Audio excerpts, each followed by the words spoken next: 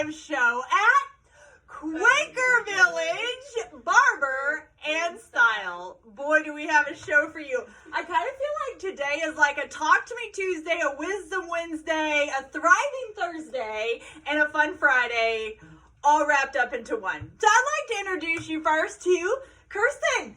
Hi. Hi there. And as you can see, we're right in the middle of some action. And then we're just going to ask Kirsten some questions.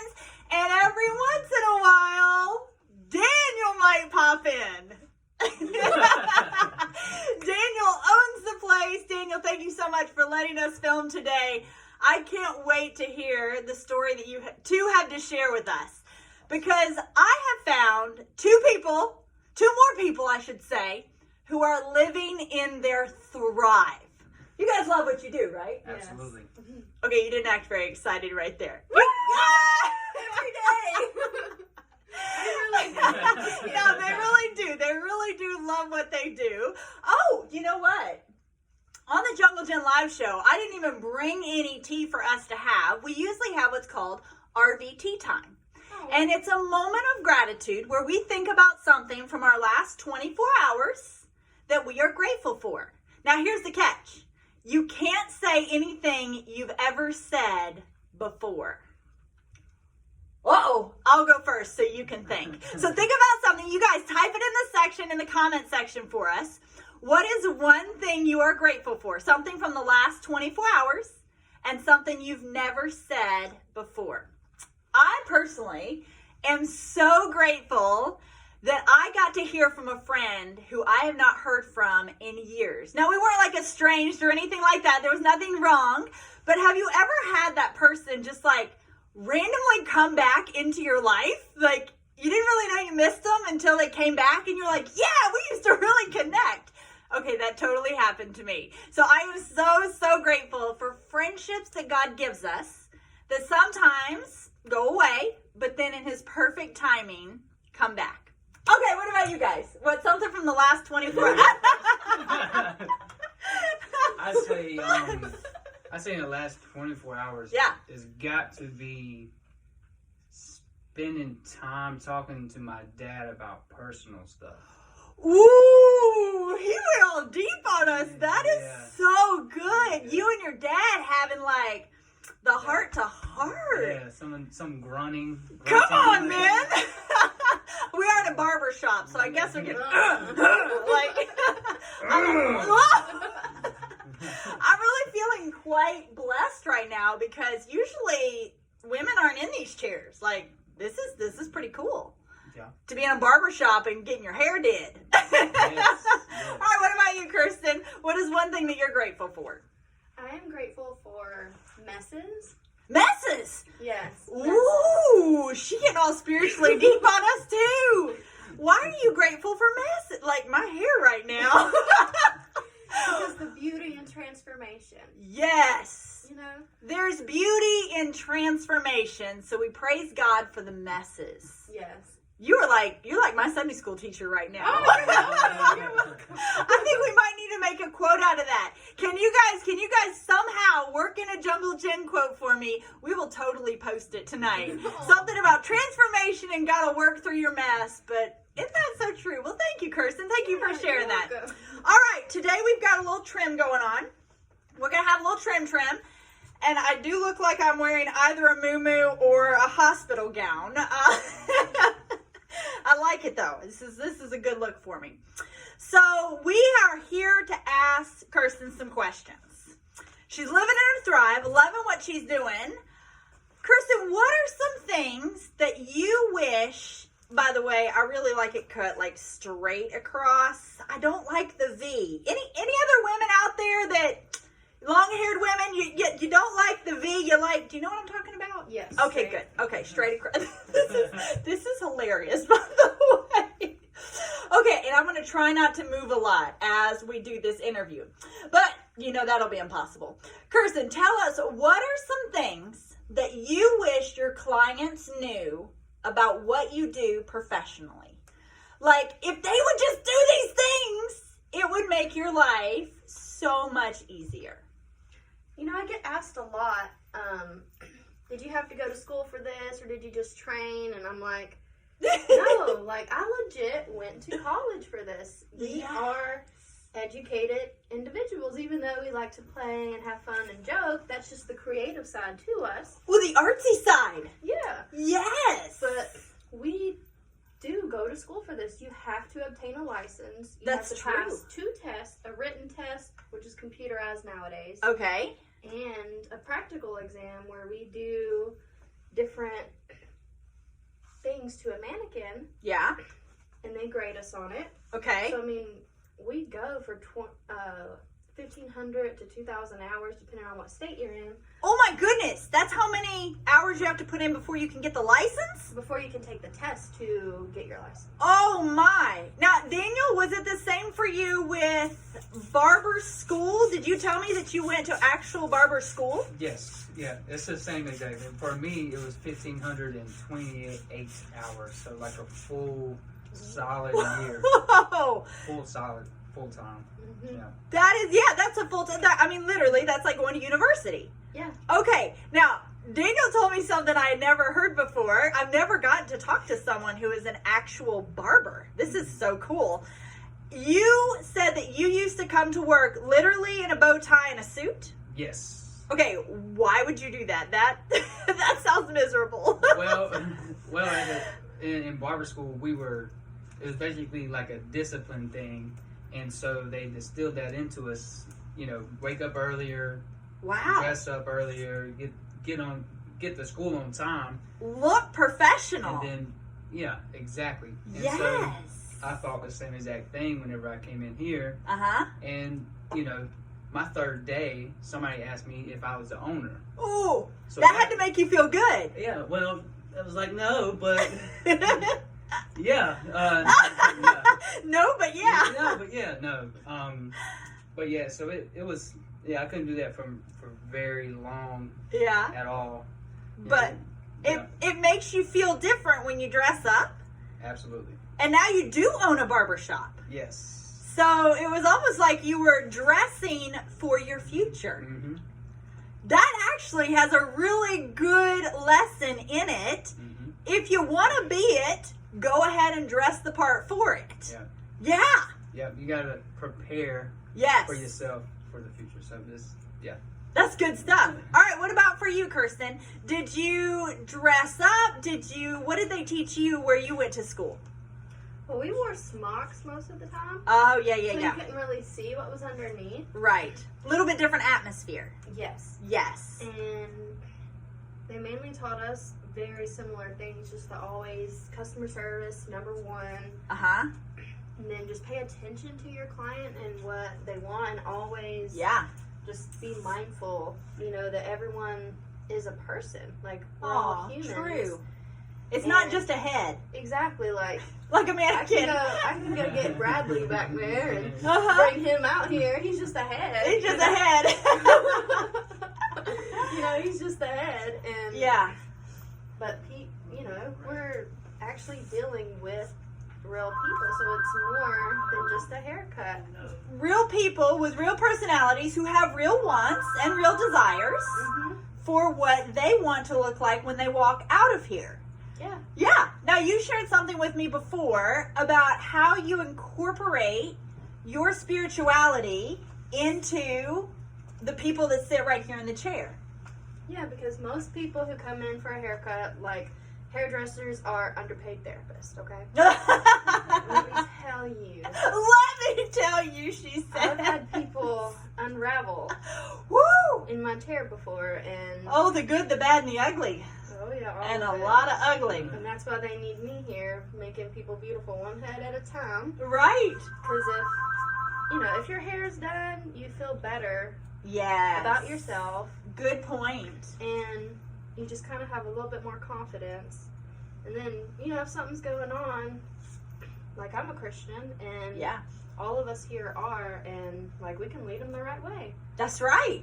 You get to share your faith right here at work. Daniel's also a believer. Absolutely. runs a business as a Christian should, which is so cool. And you mentioned it being kind of like a spiritual experience for you. Yeah, because not many people, especially with COVID, not many people are being touched right now. Ooh, that's true. You know, and they're getting that lack. You actually are getting to lay hands On people. on people, including their heads. God bless you. Yes. Okay, Daniel, tell us a story of, like, when you go to hire someone, like Kirsten, what are you looking for? I've heard it's quite the interview process. Well, for me, Yeah. it's like a 3-step. All right, so Okay. it's the first casual meeting, Okay. and then it's what can you do Uh-huh. as far as cutting hair, what's your talent level, Sure. and then it's a group decision Oh. as a barber shop if you fit the culture. Whoa, that's huge. I never Yeah. thought about that, but you don't want to, I don't want to just say a rotten apple, but you don't want somebody who doesn't mesh Yeah. with everyone else, because that will affect the culture. Absolutely. And it will affect the personality of what you've got set up here. Absolutely. That's neat. So what drew you to Kirsten? Well, her bubbly, go get her kind of, I don't really know. I mean, if she can endure that little process Yeah. in between all the things that she's got going on, Right. and I wanted to bless somebody. That's the only reason I want Aww. to. Like, the only reason I want to hire somebody Yeah. is to distill into them. I don't want to waste my time with anybody. Right. That You is want to it. make sure that you are not just getting someone who can work for you, but that Yeah. you're also blessing someone in return. Absolutely. That's awesome, Daniel. How long have you owned the place? A year and a half. A year and a half. So far, so great? So great. So great. Hey, that's good. That's really good to hear. What is something that you wish people knew about what you do as a business owner?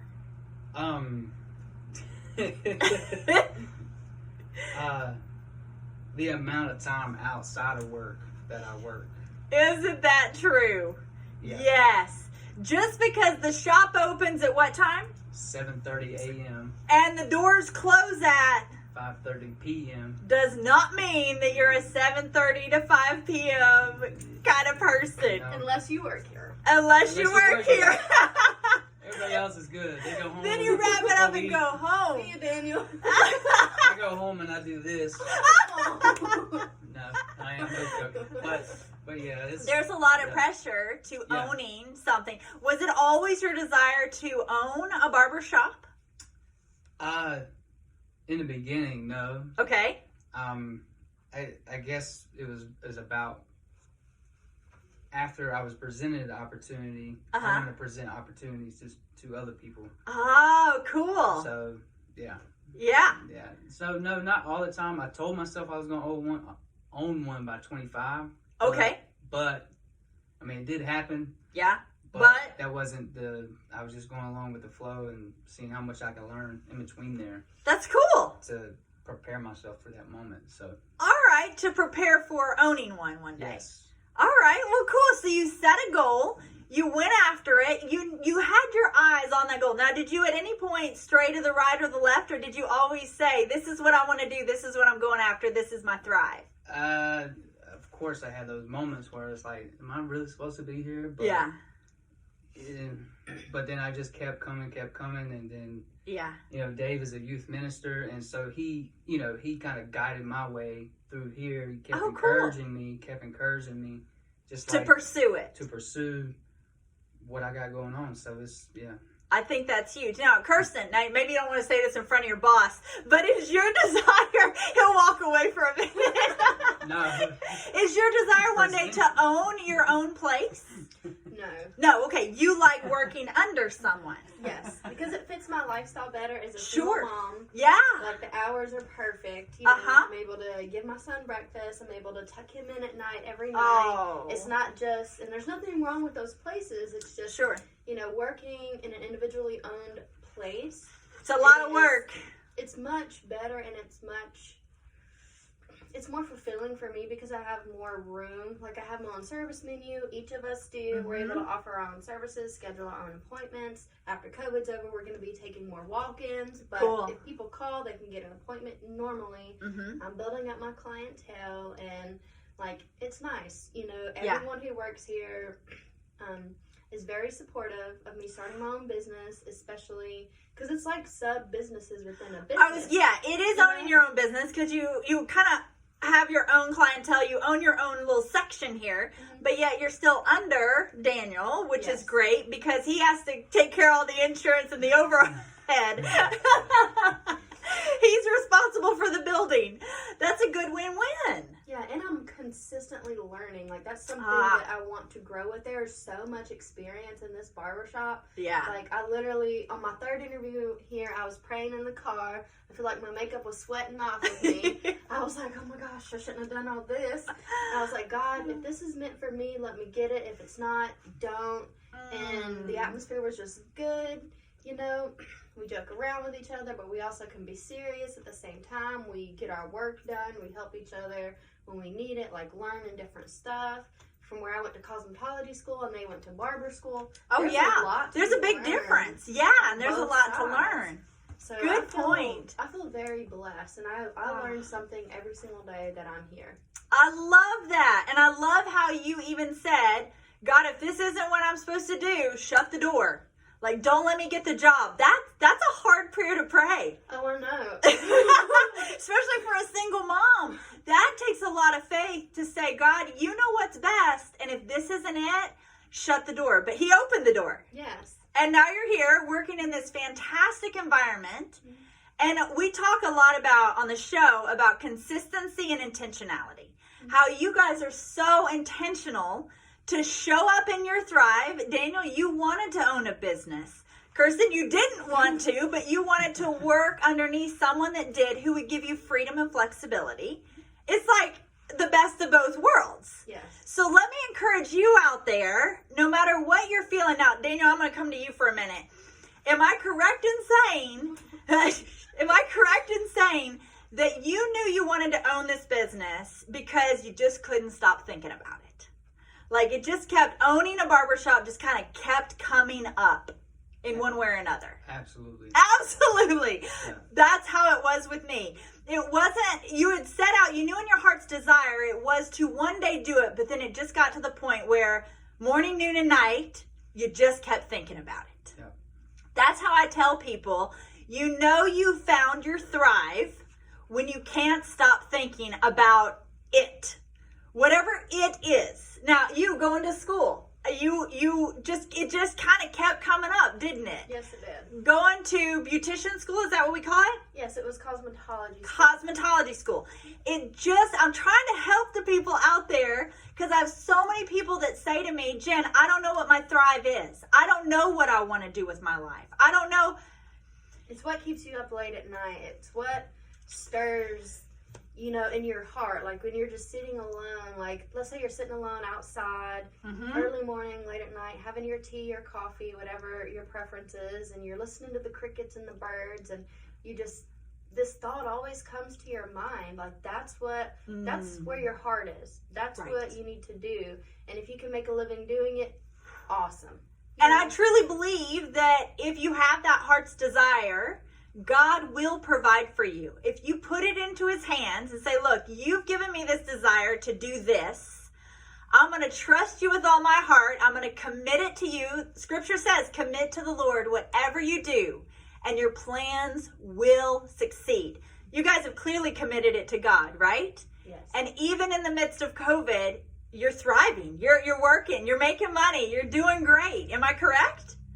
Building up, but it's building up. There. Yeah, you're continuing to build. You're continuing to grow. Everything just didn't come crashing down when the economy came crashing down. You guys still, because you're living in your passion, God is still finding ways to bless you. Yeah? Absolutely. Yes, every day. I love it. All right. What is one piece of advice, and it can be about anything, one piece of advice you would give to those looking, watching, listening in today? I know I put you right on the spot. Don't ever give up. You know, no matter what it is, you know, like, just like whenever a baby is learning how to crawl or walk, you know, are we going to scold that baby just because they got it wrong? No, just like our Father in heaven, he's not like, yes, we mess up. Yes, we make mistakes. That's just what we do. But instead of scolding yourself like a lot of people do, be gentle with yourself. I'm not going to be angry at my child. Like, he's learning. Right. Like, so why would we be angry at ourselves for learning and making a mistake? Ask for help. Get it right, and then continue to learn and grow. A situation like that happened over the weekend, and I got help, and it was just like moving forward. And now you grow. Exactly. Now next time I know what to do. Exactly, just like your son. Next time he knows what to do. Exactly. Oh, I love that. Thank you. That's so good. Never give up. All right, what about you, Daniel? I say keep dreaming because eventually once you hit that dream, the generation that's going to be before you is going to see it, and it might be possible for them to do that. And try to leave something behind, such as a legacy that people can look to you as an example. What a great point. It's not just about right here in this moment, only for me, egocentric. It is, let's think about those who are going to come after me. Let's look at those who are right there watching me right now, and let's find ways to bless them through my life, through what I'm doing, right? Absolutely. Oh, thank you both so much for being on the Jungle Gym live show. Hey, we're gonna finish this up. Yes. And then we'll take a picture afterwards to show you. I promise she won't leave it like this.